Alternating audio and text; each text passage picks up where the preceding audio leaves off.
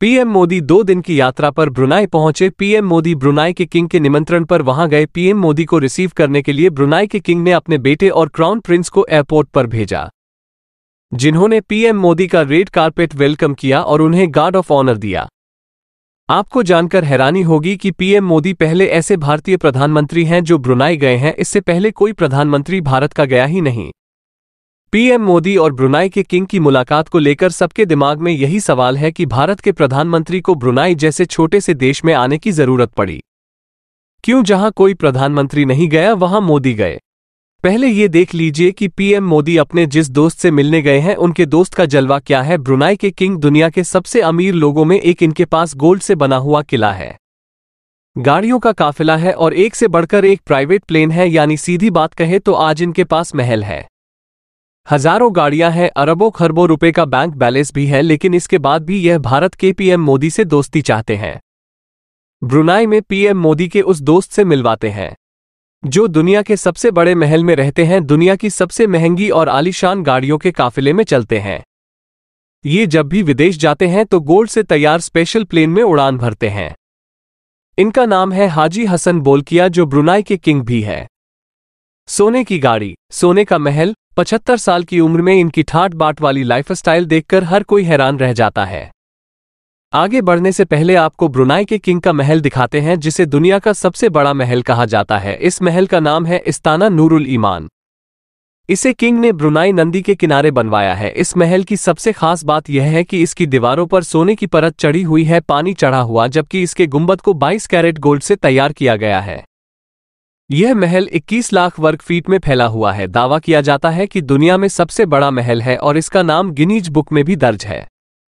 इस महल को 1984 में बनाया गया था। इस महल की कीमत 5,000 करोड़ रुपए से ज्यादा है। इसमें 1780 कमरे हैं। 1780 कमरे, 257 बाथरूम, मतलब साल में एक बाथरूम यूज किया तो अगला जो है वो फिर आधा साल गुजरने के बाद आएगा। 5 तो इसमें स्विमिंग पूल है। इस महल में गाड़ियों की पार्किंग के लिए 110 गैराज है। इसके अलावा महल में 200 घोड़ों के लिए एयर कंडीशन अस्तपल बनाया गया। बताइए, घोड़ा भी एसी में रह रहा है। यह महल गोल्डन थीम के मार्बल से तैयार किया गया है, जिसके लिए 38 अलग अलग किस्म के महंगे मार्बल्स का इस्तेमाल हुआ। महल की अलग अलग 44 सीढ़ियां पूरी तरह मार्बल से तैयार की गई। इस महल में एक बड़ा बैंक्वेट हॉल भी है, जिसमें 5,000 मेहमान बैठ सकते हैं। ब्रुनाई के सुल्तान को कारों का भी बड़ा शौक है। इनके पास दुनिया की सारी महंगी और एक से एक बढ़कर लग्जरी कारों की लाइन लगी। वैसे तो बनोई के सुल्तान को अपनी सभी गाड़ियां पसंद है, लेकिन सबसे फेवरेट इनकी है रोल्स रॉय कार, जिसे उन्होंने खास अपने लिए गोल्ड से तैयार करवाया है। इस कार के ग्रिल से लेकर टायरों पर सोने की परत चढ़ी हुई है। इसके ऊपर छतरी नुमा आकृति बनी है। सुल्तान हाजी हसन बोल्किया के पास कारों के साथ ही प्राइवेट जेट्स का भी बड़ा कलेक्शन है। सबसे हैरानी की बात यह है, सुल्तान को प्लेन उड़ाने का बहुत शौक है, इसलिए अपनी इंटरनेशनल यात्रा के दौरान यह अपने प्लेन खुद उड़ाते हैं।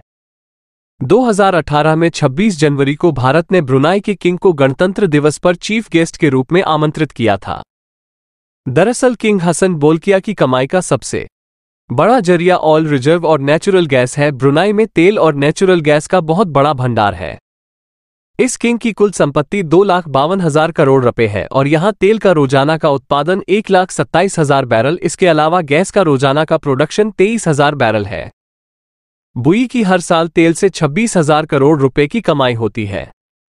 आपको जानकर हैरानी यह भी होगी कि बुई एक छोटे से आइलैंड पर मौजूद देश है, जिसकी कुल आबादी 5 लाख के करीब है। इसलिए पीएम मोदी का पहली बार ब्रुनाई जाना को बहुत खटक रहा है, जबकि कूटनीति की दुनिया में पीएम मोदी के लिए कोई भी देश छोटा या मामूली नहीं है।